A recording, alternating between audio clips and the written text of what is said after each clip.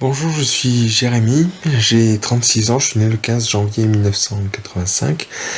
Nous sommes aujourd'hui le 22 juin 2021 et j'ai décidé de commencer un journal vidéo. En effet, je souffre de schizophrénie, donc c'était pour partager un peu mon ressenti au quotidien. Chaque vidéo se divisera en deux parties. Une, donc c'est le quotidien, comment ça se passe. Ce sera la première partie. Et la seconde partie, ce sera un rappel du passé pour apprendre à mieux me connaître et voir un peu tout ce que j'ai vécu. Voilà. Aujourd'hui on est mardi, jeudi dernier, j'avais rendez-vous chez la psychiatre. L'entretien s'est pas trop mal passé, disons je suis pas bien en ce moment, je suis très mal dans ma peau, très triste, j'ai des angoisses, c'est vraiment pas la joie. Mais il n'y a rien d'extrême. La psychiatre m'a dit, mais est-ce que c'est aigu? Non, c'est pas aigu. Par chance, du coup, il n'y a pas à augmenter les médicaments et du coup, il n'y a pas à être hospitalisé, on sait très bien. En même temps, c'est vrai, quand je suis sorti du rendez-vous, je me sentais un petit peu abandonné, quoi. D'accord, c'est pas l'horreur, donc on n'hospitalise pas. Est-ce que je suis bien dans ma peau? Est-ce que je suis heureux? Est-ce que je suis détendu? Non, pas du tout. Et qu'est-ce qu'on fait pour ça? Pour ça, rien du tout. Du coup, voilà, ça fait un peu de peine, ouais, d'abandon comme ça. Bon, c'est comme ça, faut faire avec et accepter de pas être très heureux, de pas être bien. C'est comme ça. Donc, oui, il y a autre chose. Donc, alors ça, c'était le rendez-vous. Après, le dimanche d'avant,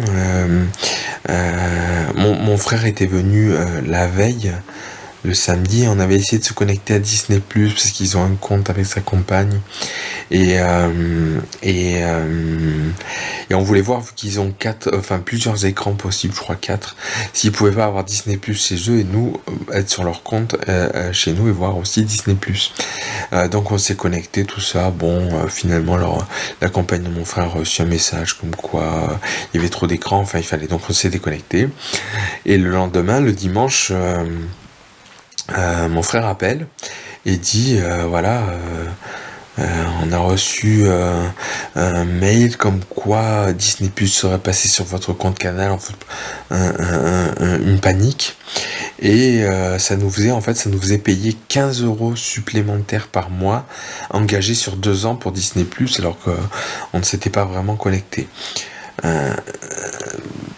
Ça a fini par se résoudre au bout d'1 ou 2 heures. On a appelé Canal, on a dit que c'était une erreur, bon, et c'est passé. Mais pour moi, ça a été un imprévu. J'étais plutôt content. J'avais fait une projection d'un court-métrage que j'avais fait, qui s'était plutôt pas mal passé. J'étais bien le week-end et tout. Mais là, cet imprévu de satellite avec Disney+, tout ça, même si ça s'est résolu assez vite, ça a été hyper angoissant pour moi, ça m'a déstabilisé. J'avais des sueurs, des nausées, des tremblements, j'étais vraiment pas bien du tout, angoissé. Ça a été atroce, vraiment atroce. Et même quand ça s'est résolu, j'ai gardé le mal-être. Voilà. Le lendemain, j'avais rendez-vous chez la psychiatre, mais qui ne me donne pas de médicaments à mon temps. Et elle me dit, oui, vous n'arrivez pas à faire face à l'imprévu. Et elle a raison, mais c'est vrai que de me le dire, de réaliser que c'était le cas, ça m'a encore plus plombé, quoi. Je me suis dit, oh là là, c'est vrai. Du coup, je suis hyper fragile. J'aurais beau l'impression de dire, ouais, ça va, parce que je fais des films, hein, je vous raconterai un peu. Ouais, le film que j'ai fait, il est bien, il plaît et tout. Ça veut pas dire que d'un coup, il va y avoir un truc comme ça, un appel, un coup de fil, et puis, pof, ça plonge, parce que c'était pas prévu, voilà. Un autre imprévu, donc vendredi, j'étais au festival de la télé. Et c'était sur invitation. En gros, il y a 2 étages, hein, un étage pour le public et un étage pour les professionnels. Donc la lumière s'éteint, j'étais assis tranquillement, tout ça. Et là, il y a une dame du staff qui vient me voir et qui me dit, écoutez, il reste des places en bas, est-ce que vous voulez venir Parce qu'en fait, je devais trouver que j'avais la classe. Ils cherchaient, ils prenaient pas tout le monde. Moi, j'étais au festival à la télé avec le GEM, là, le groupe d'entraide mutuelle. Et on était deux. Alors, je dis avec la dame qui m'accompagne, non, non, que vous. Donc ça voulait dire que j'étais classe et que je marquais bien pour aller en bas. Mais comme c'était pas prévu du tout, j'ai commencé à transpirer. De suite, j'ai dit à la dame, non, non, ça m'a angoissé qu'on me demande et que j'étais pas préparé, je savais pas qu'ils allaient demander tout ça. Enfin, ça m'a vraiment, ouais, ça m'a super angoissé. Bon, après, donc c'était passé. J'ai dit non. Elle a pris d'autres personnes. Mais j'étais pas bien, pas bien, pas bien. En même temps, je me demandais, mais est-ce que t'as bien fait? Est-ce que t'aurais pas dû y aller? Et du coup, j'avais à la fois des remords, à la fois énormément d'angoisse parce que j'étais pas préparé, ça m'a angoissé. Voilà. Et ouais, tout ça, c'est vrai que ça prouve que voilà, la maladie, elle est là. Et je suis très fragile et rien peut déstabiliser un équilibre qui a été très long à atteindre en fait. Et ça, c'est vrai que c'est très démoralisant. Voilà. Je vais un peu parler du passé. Du coup, donc ma maladie a été découverte vers 10-12 ans. Le généraliste m'a donné un peu des médicaments très légers. Il m'a dit, mais si ça marche pas, il faudra avoir un psychiatre. Donc à partir de 12 ans, je commence à avoir une psychiatre. Et à 14 ans, j'ai eu ma première hospitalisation. Et je voulais vous parler de ça aujourd'hui, dans le passé. Donc c'était une hospitalisation en hôpital pédopsychiatrique. Et ça a vraiment été l'horreur. Ça a été une horreur absolue. Il y avait des grillages aux fenêtres, les fenêtres étaient fermées à clé. Et puis ce que je retiens surtout, c'est les hurlements. Tous les patients ne faisaient que hurler. C'était atroce. J'en cauchemarde encore de ces hurlements. En plus, donc, ma chambre n'était pas vraiment une vraie chambre. En fait, c'était une salle où un peu de loisirs, la salle fumée, où ils fumaient, parce qu'à l'époque, c'était en 99, j'avais 14 ans, et à l'époque, voilà, on pouvait fumer à l'intérieur, c'était pas encore passé toutes ces lois super qui empêchent tout ça. Du coup, les gens venaient fumer dans ma chambre, moi qui déteste ça, l'odeur, c'était horrible. En plus, donc, ils avaient rajouté un lit, il n'y avait pas de chauffage. En fait, le chauffage fuyait, donc il avait éteint. Mais du coup, là, ils n'avaient pas épongé le sol, donc il y avait de l'eau. Et il faisait très froid, on était fin novembre, début décembre. Du coup, c'était vraiment une horreur. J'étais frigorifié dans la chambre. Je dormais avec 2 pantalons, 2 pulls. Il n'y avait pas de chauffage. En plus, avec cette eau, ça rafraîchissait encore plus. Ma chambre donnait sur la route. Il y avait un boucan. C'était infernal. J'arrivais pas à dormir, c'était même pas un double vitrage et tout, ça faisait un boucan atroce.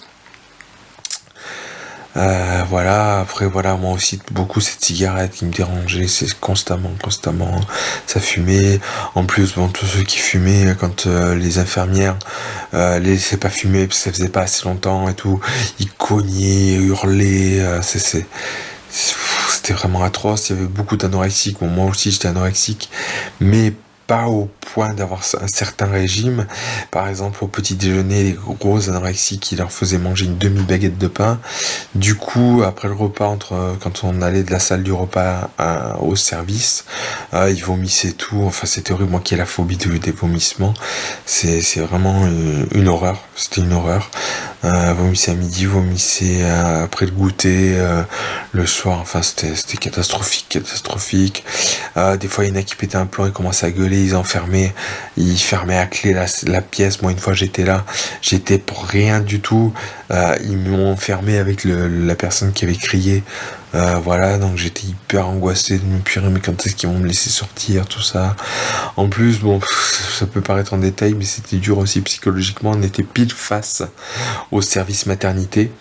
Donc quand on regardait par la fenêtre, on voyait les fleurs, les gens qui souriaient, qui buvaient du champagne, qui faisaient des photos. Et nous, on était en train de crever de douleur en face, on mourait, on était dans tous nos états et tout. C'était... Les infirmiers n'étaient pas spécialement sympas, tout était délabré. Il y avait 2 toilettes communes pour tout le service, une salle de bain avec une baignoire sans rideau de douche, sans miroir. Il y a un trisomique qui était très colérique, dès qu'il était énervé, il cognait dans le mur s'effritait, tellement c'était vieux, ça tenait même pas le coup. C'était horrible, c'était vraiment la prison, et je me disais purée, j'ai rien fait d'illégal et je me retrouve en prison, et c'était vraiment l'horreur. Ils m'ont hospitalisé parce que je m'étais scarifié, mais c'était pour me soulager, parce que j'avais mal tellement partout dans mon corps que de faire ça, j'avais mal qu'au bras et ça m'a soulagé, mais bon, que au bras et ça m'a soulagé, mais ça m'a envoyé en hôpital psychiatrique et ça a été l'horreur. Voilà, à la prochaine vidéo, je reparlerai d'autres éléments du passé et on fera le point sur le quotidien. Merci. Bonjour, on est le 23 juin 2021, deuxième jour de ce journal vidéo. Aujourd'hui, je comptais me mettre à préparer les cours que je fais pour la médiathèque. J'ai 2 cours à faire. Je donnais pas mal de cours déjà sur les super-héros, les extraterrestres, au cinéma, des thèmes cinéma. J'ai analysé le cinéma de Terrence Malick, de Quentin Tarantino, et là je dois préparer 2 cours. Les rôles emblématiques de femmes au cinéma et les femmes réalisatrices au cinéma. Voilà, c'est pour octobre et décembre, c'est pas encore, mais je préfère être prêt à l'avance. Et je comptais m'y mettre aujourd'hui pour avancer, vu que le festival de la télé est fini, mais je suis épuisé et donc je vais faire la sieste parce que j'en peux plus. C'est quelque chose de dur, hein. Quand je dis aux infirmières, voilà, que c'est dur pour moi de voir que je suis pas apte à faire les choses, qu'il faut que je me repose beaucoup. Je peux pas travailler énormément d'heures par semaine. J'ai calculé dans la semaine, le maximum d'heures que je puisse travailler, c'est 6 heures de montage ou de préparer des cours ou tout ça. 6 heures dans la semaine, donc c'est vraiment rien du tout. Ça me désole. Après, l'infirmière m'a dit... vous avez l'âge, vous avez la validité, c'est pas pour rien, c'est parce que vous pouvez pas travailler, et c'est vrai que je me rends compte. Mais c'est dur parce que dans ma tête, j'arrive à concevoir les choses, c'est après de les faire, tout ça, d'avoir l'énergie, la force de le faire, c'est pas évident, quoi. J'ai du mal, c'est vrai que je me sens encore plus handicapé quand je vois des jours comme aujourd'hui. Je me dis purée, je suis pas capable de m'y mettre 2-3 heures là pour avancer et que ce soit fait, et que ce soit réglé, que je ne m'en occupe plus jusqu'en octobre.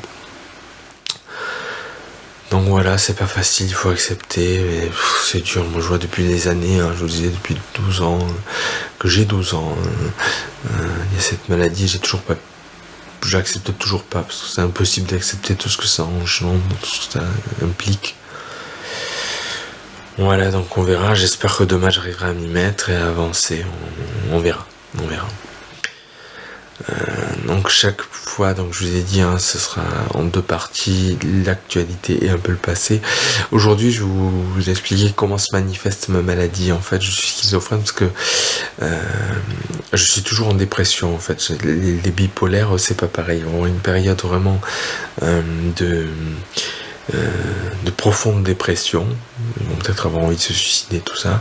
Et après, ils vont passer dans des périodes hyper positives, jusqu'à l'excès. Par exemple, ils vont croire qu'ils sont capables de voler, ils vont se jeter du balcon, puis ils vont mourir.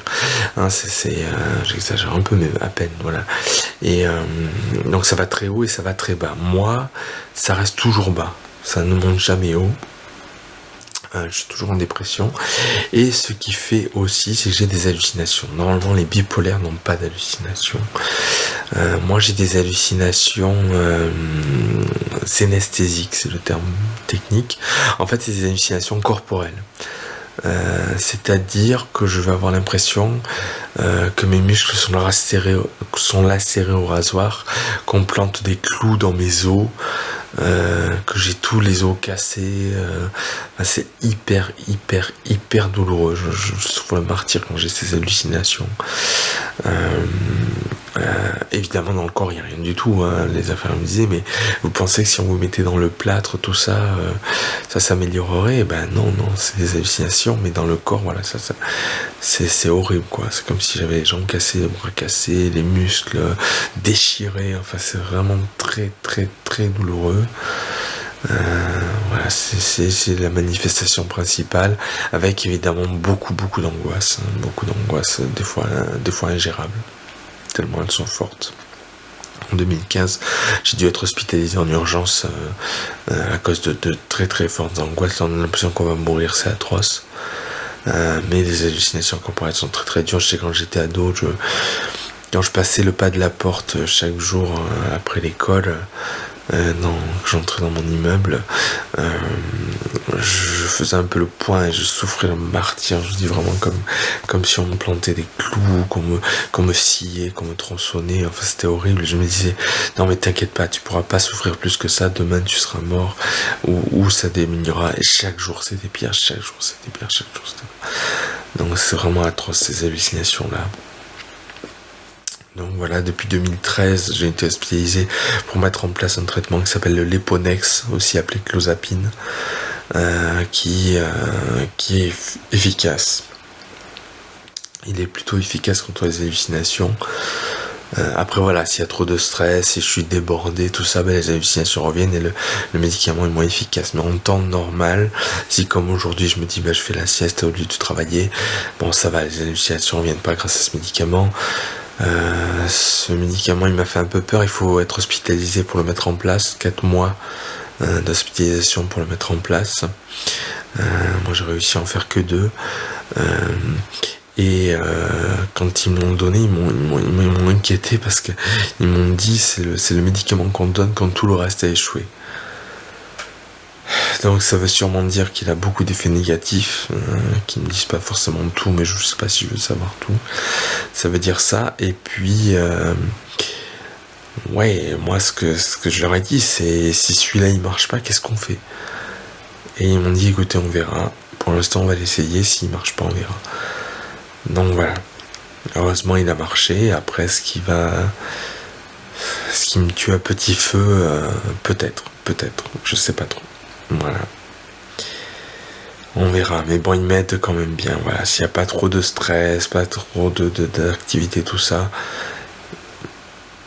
le Leponex est plutôt efficace. Voilà. Bonjour, on est le 24 juin 2021. Je suis toujours très fatigué. Ce festival de la télé m'a épuisé. C'est 5 jours d'affilée à sortir et tout, et je crois que c'est trop dur pour moi avec les traitements, tout ça. Donc je suis vraiment KO. Je me sens faible. Même me lever quand je suis assis ou allongé, me lever, ça paraît dur. J'ai l'impression que le corps il reste collé sur le canapé ou le lit, ça déchire la peau, les muscles, ça fait mal quand je me lève. Je suis tellement crevé. Voilà, donc du coup je peux pas trop faire ce que je voulais faire. Moi je voulais avancer mes cours de la médiathèque là, et je me sens pas de me mettre à l'ordinateur pendant 3 heures. Ça me désole de voir que je suis faibli comme ça et que c'est la maladie.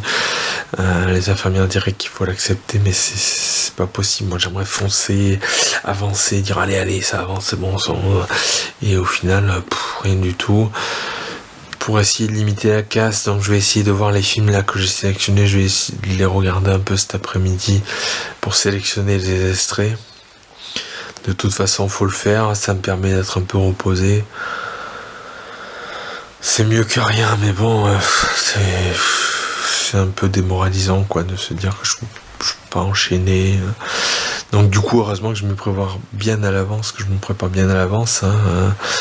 Donc on est en juin, ça doit être fait en octobre, donc j'ai de l'avance, mais bon, c'est pénible de voir là comme ça, de se voir diminuer comme ça, fatigué, faible, très faible, et qui est souffrant. Voilà. Après, une autre chose, c'est vrai que je cauchemarde énormément. C'est vraiment quelque chose de horrible, mais vraiment dérangeant. Des fois, j'hésite même à m'endormir de peur de cauchemarder. C'est compliqué. Même quand je fais la sieste, je cauchemarde. Si je me lève un peu tôt, puis que je me rendors dans la matinée, parce qu'avec les médicaments, ça me rendort. Même si je me rendors donc dans la matinée, je cauchemarde aussi. Quand je me réveille à midi, je suis encore angoissé. Voilà, donc c'est vraiment horrible de cauchemarder sans arrêt, sans arrêt. Il n'y a pas moyen j'ai pas l'impression que le sommeil est vraiment réparateur. Je me dis oui, voilà, ça améliore c'est vrai qu'en me réveillant, moi je suis un peu plus reposé. Mais en même temps, je me souviens de toutes les horreurs à laquelle j'ai pensé. Là, cette fois-ci, cette nuit, là, c'était la prof de théâtre qui me harcelait. Elle voulait m'assassiner parce que j'avais arrêté les cours. Enfin, il y a toujours, ou raz-de-marée, ou tremblement de terre, ou il y a toujours des choses horribles à cauchemarder. Et c'est vraiment pénible, quoi. Je me réveille épuisé, angoissé. Alors c'est vrai qu'au réveil, alors le matin, pas la sieste, mais le matin, c'est souvent quand je me réveille, j'ai de grosses crises d'angoisse. Je me sens très faiblard, transpirant, nauséeux et très angoissé. Ça me l'a fait ce dimanche, je crois, oui, ce dimanche, quand je me suis levé, mais j'étais dans un état. J'ai cru qu'il allait falloir prendre le médicament si besoin, j'ai du Seresta si besoin pour calmer l'angoisse. J'ai cru qu'il fallait pendant 5-10 minutes, j'étais hyper mal. Au bout d'un quart d'heure, ça s'est un petit peu calmé. Mais j'étais vraiment dans un état atroce que pas à être hospitalisé parce que j'ai le Seresta, j'ai si besoin de tout ça. Mais limite, quoi, je me dis, si j'aurais pas pu tenir la journée dans cet état-là, heureusement que ça a duré qu'un quart d'heure, et puis après, je sais pas, peut-être le temps de retrouver que je retrouve un peu, me réveille bien, que je reprenne la conscience, et peut-être m'estirper de tous ces cauchemars. Mais c'est vrai que voilà, quand je me lève certains matins, je suis ultra angoissé, ultra mal. J'ai vraiment l'impression que je vais vomir, quitte presque faire direct du lit aux toilettes pour vomir tellement je suis angoissé. Donc c'est très pénible et désagréable. Heureusement c'est quand même pas tous les matins, mais bon, c'est quand même atroce. Et puis je me dis c'est curieux parce que je suis pas conscient encore, c'est ça. C'est encore, bon, je sais que j'ai un truc dans la journée, et quand je commence à y penser, ça m'angoisse, d'accord. Mais là, je suis même pas conscient, je sais presque même plus quel jour on est, tout ça. Et j'ai ces angoisses, déjà ultra fortes. Et c'est vraiment atroce. Et le seul truc, c'est qu'au moins, voilà, je sais qu'au bout d'un quart d'heure, ça a tendance à partir. Mais c'est un quart d'heure atroce, quoi. Pendant un quart d'heure, c'est vraiment... c'est vraiment immonde, quoi, horrible à vivre. Heureusement c'est pas tous les matins, mais bon, c'est dur, vraiment c'est dur, hein, après voilà, comme dirait sûrement la psychiatre, ça passe au bout d'un quart d'heure, donc pas besoin d'augmenter le traitement, pas besoin... Ouais, d'accord, oui, mais bon, voilà, quoi. Voilà, pour le quotidien, c'est tout. Demain, le j'aime. On va essayer de retourner un peu pour le fan film. On a fait un fan film vendredi 13. Voilà, on verra un peu ce que ça donne. J'espère que je serai pas trop angoissé. Avant, l'actrice devrait être habillée très chaudement, alors que maintenant il fait chaud. Mais là, à la base, le plan, on l'avait tourné en janvier, donc c'est normal qu'elle soit en chaleur. J'espère que ça va pas trop l'embêter et qu'elle va accepter de retourner ce plan. On verra un peu, je vous tiendrai au courant. Voilà, sinon je vais passer à la seconde partie, donc un peu mon passé pour qu'on apprenne à mieux se connaître. Donc je vais parler de ma formation. Donc moi, la maladie a été découverte vers 12 ans. À 14 ans, j'ai été hospitalisé, c'était la 3e. Ça m'a pas empêché d'avoir mon brevet sans difficulté, donc ça c'est bien. Seconde normale. Et après, en première terminale, j'ai fait un bac ES économie. Parce que pour moi, bon, je savais très bien qu'en S, j'y arriverais jamais parce que je suis nul en maths, en calcul, tout ça. Et en L, je sais pas très bien écrire. Hein. Bon, on va dire, quand j'écris des scénarios, c'est pas pareil, c'est pas littéraire, il faut pas... Je suis très mauvais en dissertation et je déteste absolument de lire. Donc, L, il y aurait eu des tas de livres, donc voilà. Donc j'ai fait ES. Un petit peu par orgueil. Ça aurait été beaucoup plus simple et beaucoup plus adapté à ma maladie de faire STT. Ça aurait été moins difficile. La ES, j'en ai vraiment bavé. En première, j'ai été très mal encore. J'ai eu de gros soucis. L'hôpital pédopsychiatrique m'a envoyé en hôpital psychiatrique tout court. Pas une hospitalisation, mais des docteurs.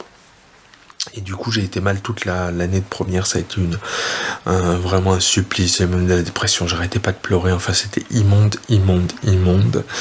Et vers mai, à l'hôpital, donc en changeant d'hôpital, ils ont réussi à me faire du bien. Mais c'était pas stabilisé du tout. Mais j'étais mieux. Du coup, mais j'étais tellement heureux d'être mieux. J'avais tellement souffert ces derniers mois que le bac de première, donc moi je crois que j'avais le français écrit oral et la SVT écrit, hein, la science des vies de la Terre. Et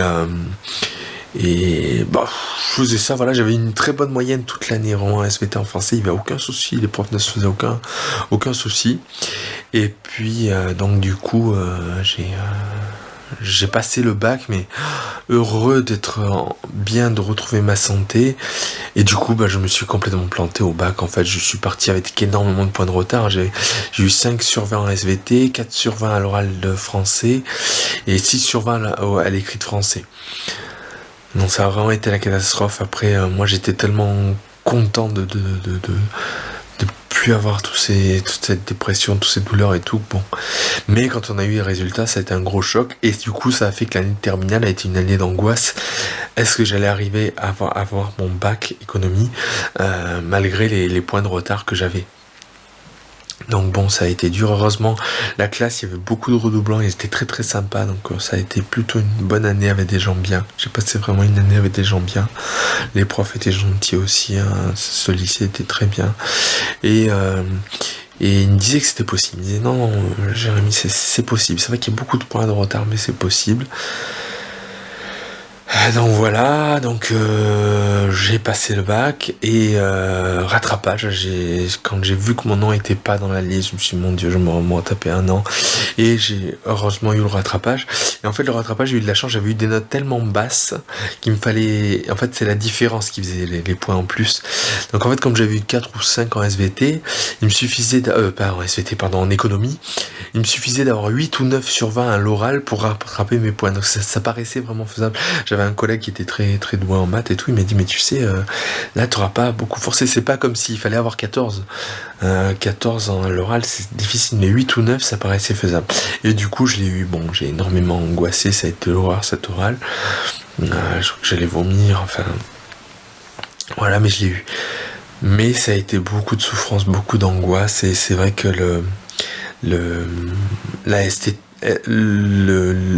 la section STT ou STG, ça a été appelé après, je crois, à l'époque de mon frère, ça aurait été plus simple et j'aurais moins souffert. Voilà.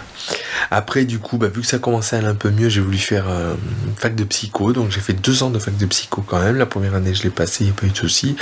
Et la seconde année, j'ai eu que le premier semestre et pas le second.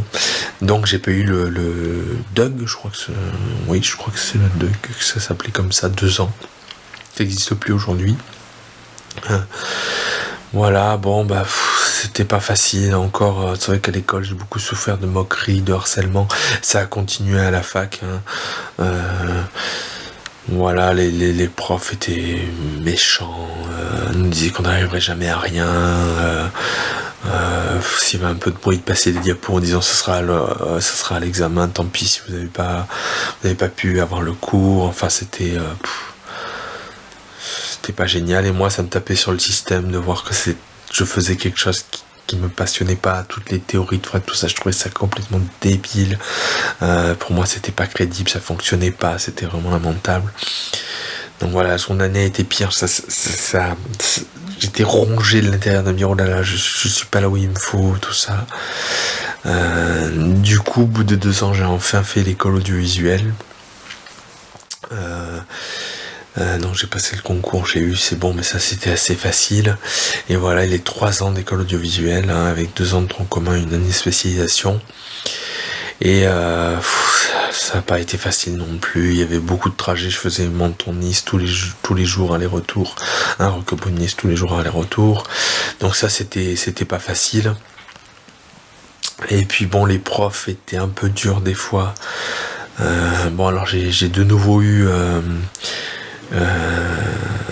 j'ai de nouveau pris contact avec eux, hein, parce que j'ai écrit un livre depuis, enfin mon mémoire a été publié en livre, donc je suis allé le présenter à cette école, et c'est vrai que là que j'étais plus élève, ils étaient beaucoup plus sympas, même les profs un peu durs étaient là, oh super Jérémy, ça fait plaisir de te revoir et tout, donc peut-être que c'est que c'est un truc pour former les jeunes. Après, on est bien formé parce qu'on galère pendant 3 ans, c'est de la galère.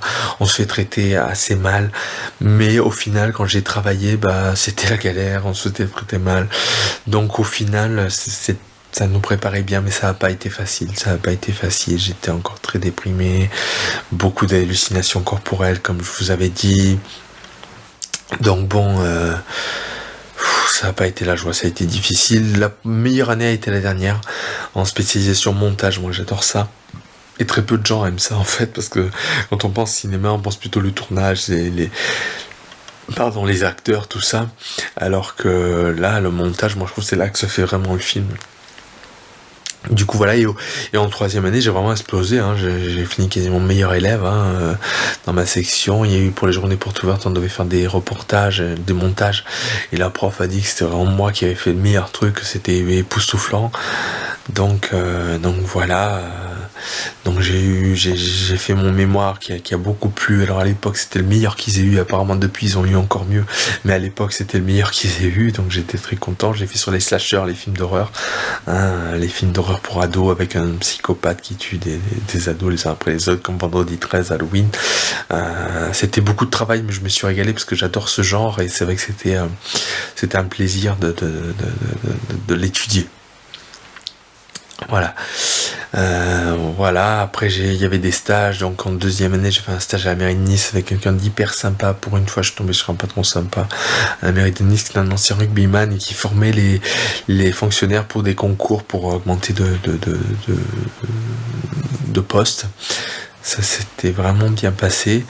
Et la 3e année j'ai fait un stage au Festival de Cannes, et ça a été très très dur, épuisant, hein. On finissait, je rentrais vers minuit, il fallait se réveiller à 5h du matin pendant 15 jours, donc bon, c'était très très très très fatigant, et voilà, bon, ça s'est plutôt pas mal passé quand même, les gens étaient contents de nous, hein. On était 2 de l'école de visuel à travailler au montage, et les supérieurs étaient contents de nous, voilà.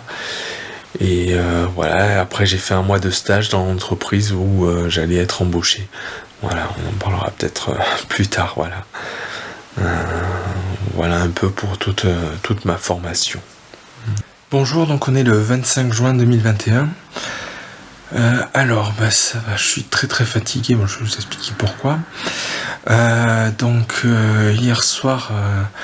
j'étais très angoissé, très très très angoissé, j'avais envie de vomir, j'étais vraiment pas bien. Alors j'ai peut-être identifié le truc, c'est qu'il y avait une émission spéciale Friends à la télé. Et c'est vrai que le cinéma, les séries, tout ça, c'est tellement ma passion que quand c'est nouveau, j'appréhende un peu. Ça me l'a fait pour le Justice League de Zack Snyder qui est sorti en mars dernier. Et à la fois j'étais content de le voir, et après avant qu'on le lance, et quand on l'a lancé à la télé, j'étais vraiment angoissé. Je me suis dit, mon Dieu, est-ce que ça va me plaire, est-ce que ça va être bien? Je sais que c'est idiot, je comprends que c'est idiot, je peux pas m'empêcher de ça, c'est vraiment pas sur le cinéma. Aujourd'hui on va en reparler dans la rubrique passée, mais j'adore ça, et c'est vrai que quand c'est nouveau, ça m'avait fait pareil pour Tenet en août 2020, l'année dernière. Avant de le voir, je me dis, oh là là, est-ce que ça va être bien, est-ce que ça va me plaire? C'est quand même Christopher Nolan, que j'aime de plus en plus. Voilà, après c'est ma passion, peut-être je me dis, c'est peut-être comme les fans de foot, ils sont impatients du match, ils sont contents et tout, puis si l'équipe perd, ils sont déçus. Moi c'est pareil, quoi. On va prendre Christopher Nolan par exemple, bon voilà, je me dis ça va être super, et puis ça peut être mauvais. Voilà, mais créer des angoisses, ça je pense c'est aussi ma maladie, je pense pas que... des personnes normales se disent, allez super, je vais voir le film, oh là, ça va me plaire, et être angoissé comme ça, comme je l'étais hier, j'ai envie de vomir, c'était difficile, donc bon. On verra, ça me l'a déjà fait, ça me le refera sûrement, c'est comme ça. Voilà. Il y avait aussi alors l'angoisse. Alors j'anime un atelier court-métrage, hein, parce que comme j'ai fait une formation d'audiovisuel, j'anime un atelier court-métrage au GEM, là où je suis, donc en groupe d'entraîne mutuelle. Et parce qu'au début du GEM, moi je suis arrivé, c'était le tout début, ils venaient de le créer. Et il n'y avait pas grand chose qui se faisait, c'était le début. Et du coup, ils voulaient que les adhérents proposent un peu une activité. Moi, c'est vrai, je me suis dit, je voulais absolument tourner. Avec mon frère, mon association de visuel, on tournait plus trop. Alors je me suis dit, bah, tiens, je vais proposer ça, on verra s'ils sont d'accord. Et ils ont accepté, et c'est l'une des plus vieilles, plus anciennes activités du coup qui est animée au GEM. Et là, on est en train on a tourné un fan film de Vendredi 13. Alors, les fan films, c'est quand on aime un univers et qu'on fait sa version, sa propre version de l'univers. Alors généralement les gros studios, les gros films laissent faire parce que ça fait vivre la mythologie du film. Par exemple, vous adorez Star Wars, vous allez faire un fan film de Star Wars, voilà, vous allez voir un peu ce qui vous plaît, peut-être ça va être les combats au sabre laser ou au contraire la force aussi, ça. Voilà, après il y en a qui font des fan films d'Harry Potter, enfin etc. Moi j'adore les slashers, comme je vous l'ai dit, j'ai écrit un livre sur les slashers, j'ai fait mon mémoire de fan d'études sur les slashers. Et du coup là on a fait un fan film de Vendredi 13 avec Jason Voorhees le tueur, tout ça, hein, dans la saga. Et on l'a fait et on s'est rendu compte, quand j'ai fait le montage, et du coup en le projetant on s'est rendu compte que il fallait ralentir un peu le rythme. Et dans les plans que j'avais qui ralentissaient le rythme, il y avait un plan où une actrice, on voyait qu'elle regardait la caméra et qu'elle souriait. Il y avait le masque, mais on sentait vraiment ça. J'ai dit, c'est dommage que les gens décrochent et se disent, oh là, c'est pas sérieux, ça a été fait par des personnes handicapées, tout ça. Non, je voulais pas. Donc il y avait que 2 plans à retourner, et c'est vrai que ça m'a beaucoup angoissé. Je voulais être sûr que l'actrice accepte de le faire, parce que ces plans, elle les a tournés en janvier, du coup, elle était habillée en pull et en pantalon. Ce qui était une bonne tenue, mais aujourd'hui on est en juin, il fait chaud, très très chaud. Du coup, j'avais peur que l'actrice me dise, elle m'avait dit oui, mais bon, sur le coup, si autant sur le coup, elle va dire, ah non, là vraiment, il fait trop chaud, je peux pas me réhabiller comme ça, et du coup, le plan aurait pas été raccord, comme on dit, hein, ça aurait pas collé, et du coup, voilà, j'étais très angoissé par ces plans. J'ai dit, on devait faire d'autres plans de Monaco, peut-être pour ralentir le rythme aussi, mais j'ai dit, on commence par ces 2 plans, c'est les plus importants. Une fois qu'ils ont été faits, ça y est, j'étais content, ça m'a détendu. Après, j'étais vraiment partant à fond pour te filmer, j'ai vraiment tout donné. On a filmé des tonnes de plans, j'ai filmé plus de 20 minutes de film, enfin ça a été titanesque. J'étais à fond, je voyais que les gens de l'atelier, l'animatrice commençaient à en avoir un peu marre que je filme le palais, pas le palais, là on était au casino, que je filme le casino, que je filme l'hôtel de Paris, que je filme le jardin japonais, que je filme le forum de Mali. Il faisait très très chaud et tout, du coup je faisais tout à fond la caisse, le plus de plans possible avec la caméra, tout ça. Et du coup ça a été épuisant, mais voilà, donc il y a 2 soulagements dans le frein, ça s'est bien passé, ça m'a plu, les 2 plans se sont bien passés, ouf, et j'ai beaucoup donné, et c'est vrai, je sais pas pourquoi j'ai cette sensation, mais je mérite mon week-end si je donne beaucoup le vendredi à l'atelier court-métrage, et si j'avance dans mon travail dans la semaine au montage. C'est dur pour moi enfin, j'accepterai le week-end quand même, mais j'aurai un peu des remords. Là, j'estime, voilà, j'ai mérité mon week-end, j'ai vraiment été à fond, j'ai avancé. Hier, c'est vrai, je vous disais que j'étais très fatigué.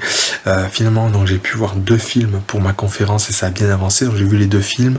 Après, j'ai sélectionné les extraits, j'ai pris des notes tout le long du film avec les heures, en fait, 20 minutes, la 22e minute, récupérer cet extrait, la 40e minute, récupérer cet extrait. Donc j'ai fait ça très sérieusement. Du coup j'ai fini, c'était presque 19h, mais voilà, du coup j'ai bien avancé sur ma conférence sur les rôles de femmes emblématiques. Il me reste plus qu'un ou 2 films à voir, mais assez court, pour finaliser le premier jet. Après il faudra que je me chronomètre et que je voie, mais bon, déjà le premier jet c'est important, c'est beaucoup, c'est dur, donc voilà. Donc voilà, le fait d'avoir fait ça, le fait d'où j'aime aujourd'hui avoir cartonné et tout, je me dis voilà, maintenant je mérite mon week-end, je mérite mon bon repas du vendredi soir, des pommes de terre bouillies un peu à l'huile et tout, je me régale. Et ouais, c'est en moi ça, il faut mériter les choses. C'est vrai que j'ai du mal, les choses qui tombent toutes cuites, ça passe pas. Voilà, ça c'est mon caractère peut-être, voilà, mon éducation. Voilà, donc j'espère que le week-end va bien se passer. Il y a toujours pas mal d'angoisse le week-end. Et en même temps, si je me repose pas, je suis pas bien non plus. J'arrive pas à faire autant qu'il faudrait la semaine, donc c'est un peu mitigé. Le dimanche, c'est toujours difficile. On verra, j'essaierai de filmer des vidéos aussi le week-end. Voilà. Voilà pour le quotidien. Donc on va passer au passé. Là, l'atelier court-métrage, je le fais, voilà, j'ai angoissé un petit peu avant Friends et Justice League. C'est ma passion du cinéma. Ça, c'est vrai que c'est quelque chose. C'est mon point fort, je pense. C'est vrai que j'ai la maladie, la schizophrénie, mais j'ai aussi cette passion du cinéma qui m'aide. Je dis souvent quand j'ai été interrogé à des festivals où on diffusait mon film que j'ai fait sur la schizophrénie, tout ça, je disais souvent, ma vie c'est le cinéma et la maladie, avec ma famille bien sûr qui me soutient, heureusement ils sont là, c'est très très important, mais le cinéma, ça m'aide, parce que c'est vrai que, vous voyez, je vous disais que j'étais angoissé avant Tenet, mais le film m'a tellement plu qu'après j'ai été super en forme et super heureux pendant les 3-4 jours qui ont suivi la projection. Donc voilà, ça double tranchant aussi et ça m'aide aussi. Et puis il y a ces idées aussi, je me contente pas de voir des films, ça depuis toujours. J'ai vu Dans de la mer au CP, je me suis régalé tous les mercredis avec mon frère, ma mère, le mercredi après-midi. Quand on était à l'école, tout ça, et qu'on était libre le mercredi après-midi, elle nous faisait des crêpes, et on regardait des crêpes, on mangeait des crêpes en regardant Predator avec Schwarzenegger, et on se régalait, bon, c'était hyper violent, on se rend compte aujourd'hui que c'est hyper violent, mais nous, ça ne nous faisait rien du tout. C'est vrai que moi et mon frère, on a été donc éduqués, je vous dis, avec Dans la mer à Predator, du coup, on est complètement immunisés face à la violence au cinéma, pas dans la vie, mais au cinéma, on est complètement immunisés. C'est vrai, des fois, ça me sidère de voir des gens choqués par certaines scènes. Je dis, mais c'est du cinéma, c'est un peu comme Tarantino, et on a tellement été imbibé à la violence que ça nous fait presque rire quand ça doit faire rire. Dans Django Unchained, Tarantino qui fait gilet sans tout. Nous, moi et mon frère, on était pliés en deux de rire dans la salle. On n'était pas du tout choqués, là où d'autres sont presque partis, d'autres ont vomi. Enfin, non, on s'éclate. Et du coup, ouais, on fait des films. En fait, donc, on a commencé à faire. Moi, le tout premier film que j'avais fait, c'était un film d'animation, j'étais tout petit. On avait emprunté un caméscope à un collègue de mon père et j'avais fait un film d'animation en pâte à modeler qui était pas mal du tout. Et ça, c'était le tout premier. Le second, c'était en 98, l'été 98, on s'était régalé avec mes cousins avec Scream 2, qu'on l'avait vu au cinéma. On voulait voir le 1, mais on n'avait pas l'âge, il était interdit moins de 16 ans, on n'avait pas l'âge à l'époque. Du coup, on a vu Scream 2 parce qu'il était interdit moins de 12 ans, du coup, on pouvait le voir. Et dès qu'on est rentré, on a loué le premier, parce que, évidemment, il était à moins de 16 ans, mais comme c'est nos parents qui louaient les cassettes, on s'en foutait, on avait le droit. Et on s'est encore plus régalé qu'avec le 2, c'était génial. Et du coup, comme mon père avait un caméscope, on s'était régalé, on avait fait un peu notre Scream. C'était pas un fan film, c'était vraiment une autre histoire avec mes cousins, mon frère, moi et tous, on se régalait. Alors, ce qu'il y a, c'est que c'était vraiment il y a longtemps, c'était en 98. Et du coup, on pouvait pas faire de montage en fait, on n'avait pas du tout de logiciel, de table de montage d'ordinateur. Du coup, il fallait faire du tourné-monté, c'est-à-dire on disait pas action ou coupé parce que ça sera attendu. Quand on a du montage, c'est pas grave, on coupe le action, on coupe le coupé, on garde que le milieu. Donc là, on se dit c'est bon, tu es bon. On appuyait sur enregistrement et voilà. Du coup, des fois, il y avait des sautes. Si on ratait la prise, c'était grave parce qu'il fallait faire marche arrière et réenregistrer par-dessus. Mais des fois, il y avait 1 ou 2 secondes d'écart. Donc, ça faisait des sautes, tout ça. Bon, on se débrouillait comme on pouvait. On était des fous. On allait à fond à vélo. Le couteau, c'était des vrais. On avait des costumes avec du plastique de tunnel comme mon grand-père. Il était agriculteur, il était à la retraite maintenant, mais il était agriculteur et du coup on prenait récupérer des plastiques, des tunnels pour faire le costume et tout, enfin c'était super. Là c'était en 98 et en 2003 mon père a acheté pour Noël un caméscope numérique à cassette, c'était à cassette DVD Digital Vidéo, ça doit être. Et là, on avait l'ordinateur, il y avait un logiciel qui s'appelle Pinnacle, et on a pu faire du montage. Donc j'avais écrit début décembre, fin novembre, début décembre 2003, un scénario à tourner pendant les vacances de Noël avec mes cousins et mon père et mon frère évidemment. Et c'était un truc à la Tarantino, un peu, ça s'appelait FUCK, c'était FUCK, mais ça voulait dire Fédération Universelle de Création de Killers. Voilà. Et ça a été la catastrophe en fait. Moi, autant dans le film à la Scream, je me dis ouais, je fais de bons films et tout. En fait, quand j'ai monté FUCK, c'était vraiment lamentable. J'avais un cousin qui partait en cacahuète, il changeait sa voix pendant les prises et tout. Enfin, ils apprenaient pas les dialogues, du coup ils lisaient. Enfin, c'est une catastrophe. Et là, en même temps, ça m'a vraiment donné la passion. Je me suis dit, wow, voir des films me suivent plus, il faut que j'en fasse. Et en même temps, ça a été une longue route avant de faire des films qui ressemblent à quelque chose. Donc j'allais toujours beaucoup au cinéma, j'ai adoré ça. Je voyais plein de films, c'est toujours le cas d'ailleurs, et maintenant c'est plus seulement américain, hein, c'est vraiment international, mondial. Ça peut être japonais, arménien, danois, hollandais, italien, brésilien, enfin vraiment je vois de tout. Voilà, et pour revenir au film, du coup, je me suis rendu compte, voilà, que dans ma tête, ça sonnait bien. Quand je disais scénario, ça sonnait bien. Mais en fait, je faisais que des mauvais films. C'était vraiment mauvais. Même avec des bonnes musiques, pas libres de droit, donc je mettais pas encore sur Internet. C'était vraiment mauvais. On est arrivé à un rythme où on tournait tous les week-ends. En fait, on faisait un film par semaine. J'ai testé avec mon père et mon frère qui jouaient les acteurs. Et chaque semaine, je me dis, ouais, ça va être super. Là, j'ai calculé, la semaine dernière, ça va marcher, mais là, cette fois-ci, ça va être super. Et quand je montais, c'était complètement pourri. Et la semaine d'après, je me disais, ça va être génial, c'était pourri. Voilà, ainsi de suite. Voilà. Et puis, donc, j'ai quand même fait un long métrage en 2004 ou 2005 d'horreur qui s'appelait Rotten. C'était un huis clos en found footage, ce qui n'était pas tellement à l'époque, qui n'était pas tellement à la mode à l'époque, pardon. Et il était quand même pas mal. Il était dans le noir, complètement dans le noir. Il y avait c'était un tueur en série qui était kidnappé par des extraterrestres et tout. Il est vraiment pas mal. Il est toujours bon. J'ai remasterisé en HD le film il n'y a pas très longtemps. Il est toujours vraiment très bon. Voilà, et puis mais les courts-métrages, bon, c'était moyen. Après, donc, j'ai fait l'école d'audiovisuel, comme je vous ai dit. Je faisais encore des films pas top. Et puis en 2009, mon frère a créé une association d'audiovisuel, l'association Audiovis, qui existe toujours. Et il écrivait les films, il écrivait les scénarios, et moi je faisais le film. Je réalisais le film, je faisais le montage. Et puis j'ai fini par trouver cette méthode qui explique tout. Et d'une fois que vous connaissez cette méthode, vos films ressemblent toujours à quelque chose. C'est la méthode du champ contre champ master. Et donc j'ai fait tout ce film, ça s'appelait Les Eaux de l'Amour 3, c'était une suite, mon frère avait fait les deux premiers. Et Les Eaux de l'Amour 3, j'ai fait la technique du champ contre champ master, c'est quand on parle. La personne parle, on filme la personne qui parle, c'est le chant. On filme le contre-chant, c'est-à-dire la personne qui écoute, et le master, on filme la personne qui parle et la personne qui écoute dans le même plan. Et quand on fait ça, ça ressemble à du cinéma. C'est carré, c'est pas révolutionnaire, mais ça fonctionne vraiment. Donc j'ai fait le chant contre chant master et j'ai aussi fait beaucoup d'inserts. En fait, je faisais des plans larges. Quelqu'un qui rentre dans une voiture, puis après je faisais plein de gros plans, les gros plans quand il ouvre la poignée, les gros plans quand il met la clé dans la serrure, tout ça, et ça a cartonné. Même notre famille, ils ont dit waouh, mais c'est génial.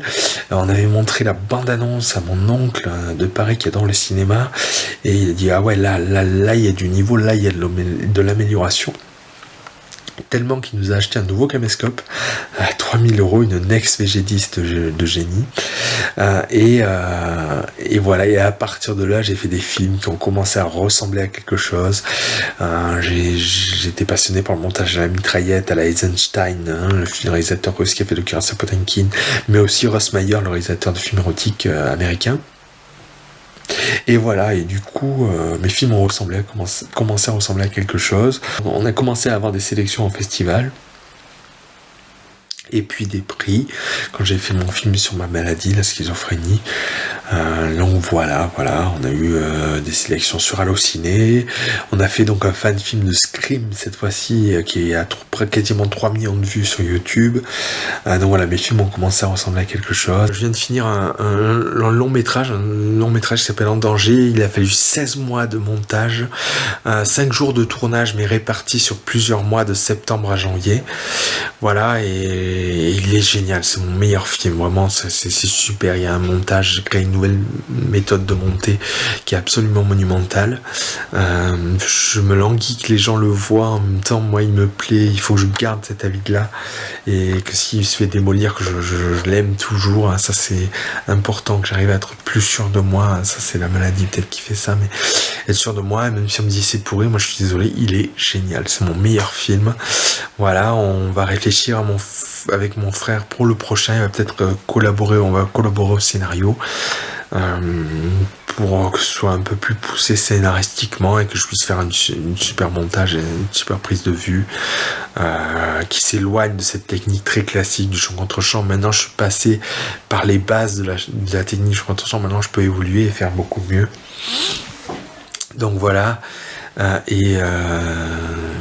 donc voilà, le cinéma il est toujours, je vais retourner au cinéma. C'est vrai que avec le Covid là ça a été un peu plus dur, mais j'adore les films, j'ai continué à voir plein de films et c'est vraiment ma passion. Je pense que ça m'aide. Des fois je suis pas bien, je me dis allez, je vais voir un making of où on voit ce réalisateur d'action, je vais mettre ce film et je vais m'éclater et je pense que ça m'aide, même si ça génère de l'angoisse, hein, comme aujourd'hui, vous voyez le tournage m'avait beaucoup angoissé, mais je serai super content quand le film sera fini, qu'il sera génial et voilà, il y a ce degré entre l'angoisse et la satisfaction, comme avoir peur de voir Justice League et après de se dire il est génial et c'est super, pareil pour Tenet, tout ça.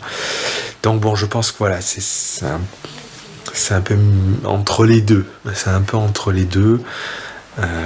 mais je pense qu'il y a peut-être plus de positif que de négatif. Voilà. Bonjour, on est le 26 juin 2021. Aujourd'hui ça va. Bon, je suis bien, assez détendu, pas triste, donc c'est agréable. C'est vraiment agréable. La soirée hier soir s'est bien passée. La journée aussi. Ce matin j'ai préparé la mousse au chocolat pour le repas de ce soir. On a fait la vaisselle, j'ai fait les comptes, j'ai fait mon lit, voilà, ça va. Une petite sieste cet après-midi, voilà, ce soir on va dans un film, je sais pas encore lequel. Voilà. Donc tant mieux, j'espère que ça va durer. Je pense de voir que les choses avancent, que mon fan film de Vendredi 13 avance, parce qu'on a tourné les plans, c'est bien. De voir que les conférences avancent, ça je pense que c'est positif. Et de savoir que le lundi matin, j'ai l'atelier écriture, ça fait 2 semaines que je suis pas allé, parce que la semaine dernière j'avais le festival de la télé, et la semaine d'avant, les infirmières étaient pas là parce qu'il y avait une sortie voile à l'hôpital de jour, voilà. Donc je suis content de me dire que lundi matin je redémarre la semaine à cette activité qui est très agréable. Les infirmières sont super sympas et tout, c'est vraiment bien. Voilà, donc ce sera tout pour le présent, ça va, tant mieux. Je croise les doigts pour que ça dure. Alors le passé, j'ai parlé hier de ma passion pour le cinéma, j'ai dit qu'il y avait du bon, du positif. Il y a eu le film Truman Show qui a une grande importance dans ma vie. Truman Show avec Jim Carrey, réalisé par Peter Weir, avec aussi Ed Harris. En fait,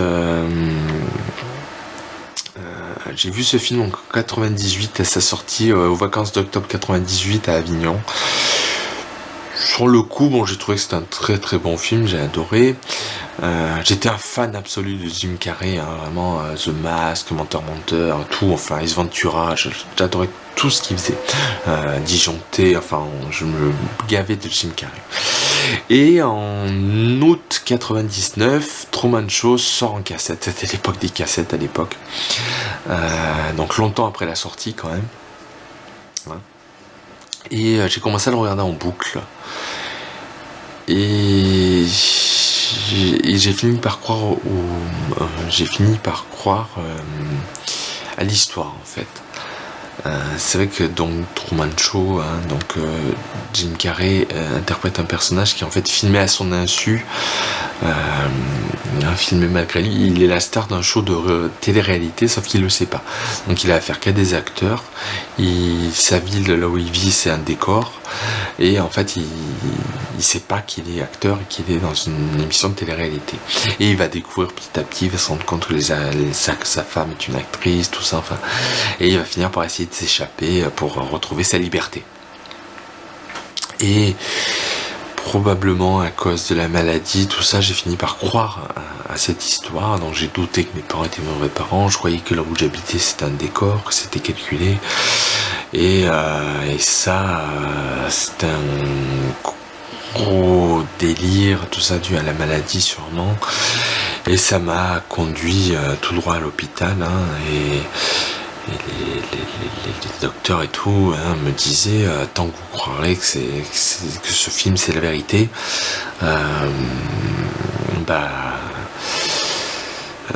c'est que vous êtes malade, quoi. Vous êtes malade. Donc j'ai été hospitalisé et j'avais vu sur la mer, c'était le seul bon point. Et le lendemain de mon hospitalisation, le matin, j'ai eu le lever de soleil sur la mer. C'était très tôt, il n'y avait même pas de store dans ce truc, c'était de store ou de voler. J'avais le soleil dès que le soleil se levait. Et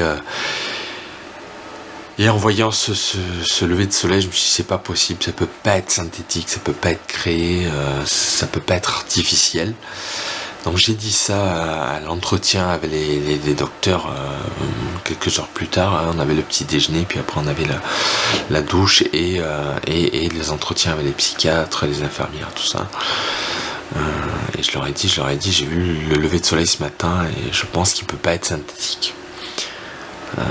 Mes parents étaient affolés pour mon hospitalisation et là aussi c'était pas possible que ce soit que des acteurs, tout ça. Donc voilà, ce délire un peu psychotique, tout ça de la maladie lié à ce film qui j'oublierai jamais ce film, je le reverrai peut-être probablement plus jamais, mais c'est mon film préféré, c'est le plus grand film de l'histoire. Mais voilà, il m'a quand même causé bien des soucis. Alors il y aurait sûrement eu des soucis même sans ce film parce que j'étais malade et voilà. La scarification, ça n'avait pas de lien avec ce film, mais bon, quand même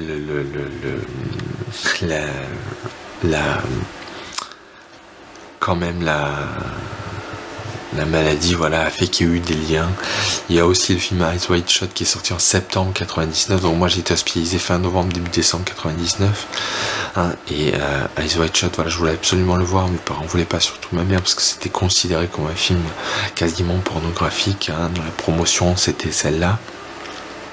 Et j'ai fini par le voir, mais bon, ça a créé une espèce de malaise, tout ça, et c'est ça aussi, ça n'a pas arrangé les choses.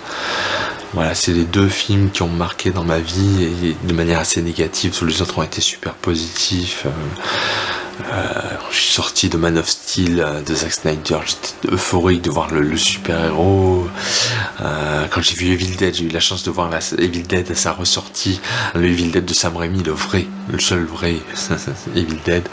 Je me suis régalé. Domino de Tony Scott, ça a été excellent, j'étais en transe tellement c'était génial. Voilà, les négatifs dans ma vie, c'était vraiment The Truman Show, Eyes Wide Shut qui sont connotés. C'est toujours dur de les revoir, que je vois quasiment jamais, parce que voilà, Truman Show entraînait un gros délire et Eyes Wide Shut un malaise. Voilà,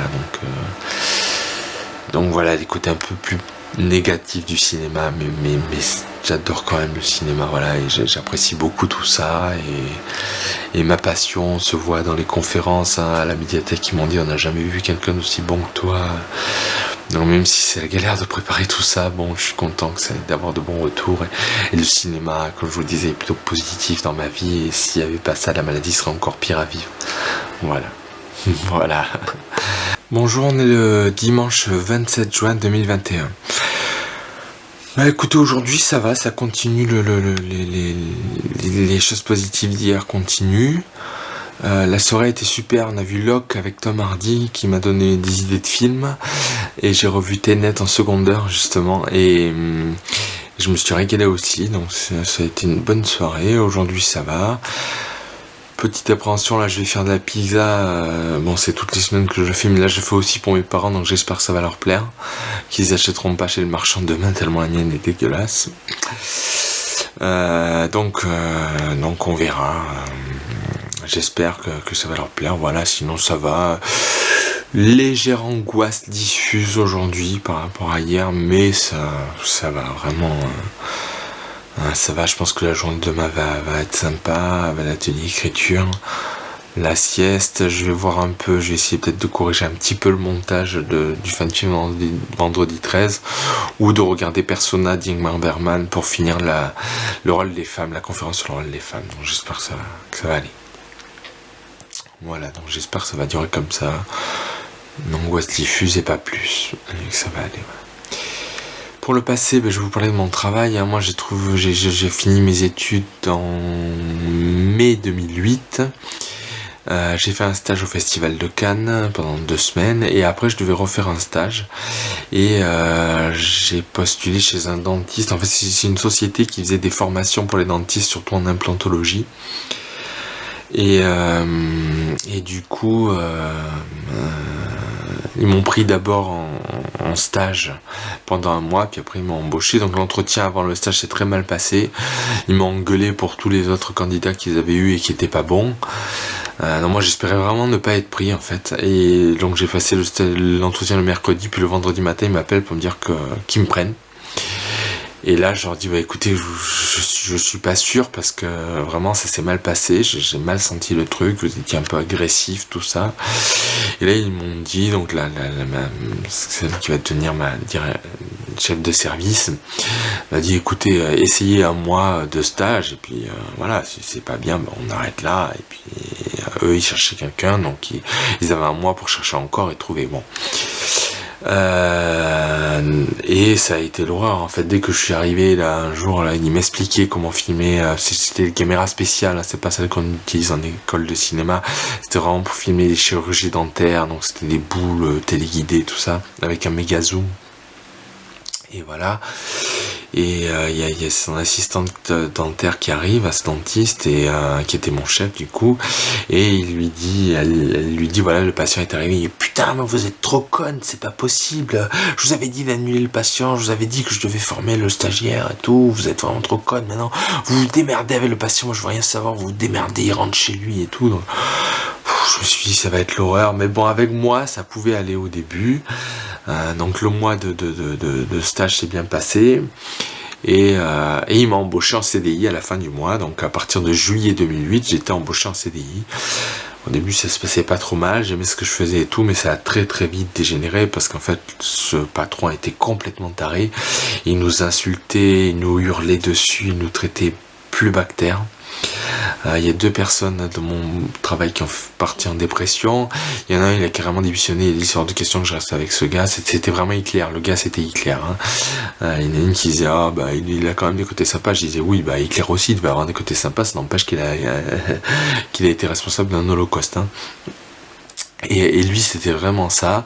Il y a une de ses assistantes, donc une semaine il était en vacances, il est rentré le lundi, le dimanche soir elle a fait une crise d'angoisse, elle était hospitalisée pendant 1 mois, elle a fini par sortir, elle est revenue en lui donnant sa lettre de démission, elle a dit c'est fini, moi je foutrais plus ma santé en l'air à ce point, vous êtes vraiment un malade, voilà. Et moi ça a été pareil, j'ai été en arrêt maladie du coup pendant 2 semaines en avril 2009. J'ai été hospitalisé 1 semaine en hôpital psychiatrique, la seconde semaine c'était pour me remettre. J'ai repris, ça allait moyen, il me lâchait un peu donc ça allait. Et vers juin il s'est remis à me mettre la pression et j'ai recraqué. Je me souviens toujours de la dernière journée, je suis arrivé le matin, je me suis mis devant mon ordinateur pour faire des montages et j'ai rien fait, j'étais comme paralysé toute la journée. Et je suis parti, parce qu'après, voilà, je finis cette histoire. Je suis parti et du coup, j'avais rendez-vous chez la psychiatre le soir même, j'ai eu du bol, ça a coïncidé. Et elle m'a dit là, je vous arrête pour au moins 1 ou 2 mois, et puis après je suis plus jamais retourné.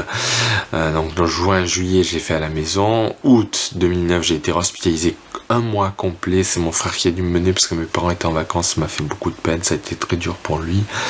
Voilà, je suis resté tout le mois d'août 2009 à l'hôpital, puis je suis sorti, j'étais encore mieux et j'étais arrêté jusqu'à décembre. Et finalement, moi, j'ai jamais repris. Il y a eu des reports, ça a été prolongé jusqu'à ce que mon patron me licencie parce qu'il ne pouvait pas supporter des retards dans sa petite entreprise. Donc voilà. Et en plus, bon, je me suis aussi vite flingué la santé à ce travail parce que je faisais énormément d'heures. Hein. Pour me garer, il fallait arriver entre 7h et 8h pour trouver des places. Donc j'arrivais à 7h alors que j'étais censé commencer à 9h. Du coup à 7h quand j'arrivais, je me mettais au travail.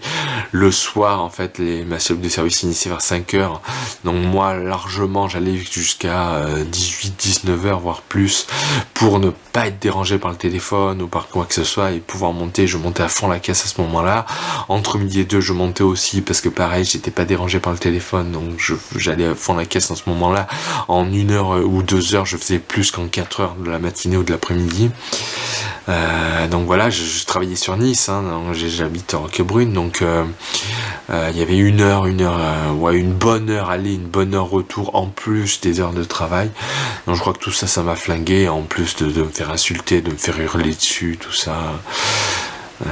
Voilà, ça a été atroce, vraiment, j'ai souffert un martyr, ça a été atroce. C'est vrai que j'ai l'angoisse du travail maintenant.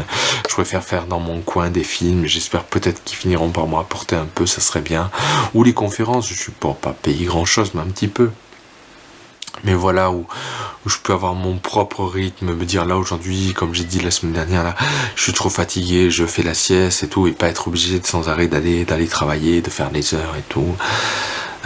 Voilà, puis moi je suis mon propre patron, je suis pas taré envers moi-même, même si je me demande beaucoup, je veux être sérieux et tout, mais bon voilà, je vais pas m'insulter ou pas trop méchamment, pas autant que lui, donc voilà, c'était une période très très dure, très obscure, très difficile à vivre, ça a été vraiment vraiment atroce, j'ai souffert le martyr, et c'était un taré ce gars, c'était un taré vraiment. Je sais pas ce qu'il devient, mais il est complètement malade, vraiment. Il était complètement malade. Voilà pour aujourd'hui.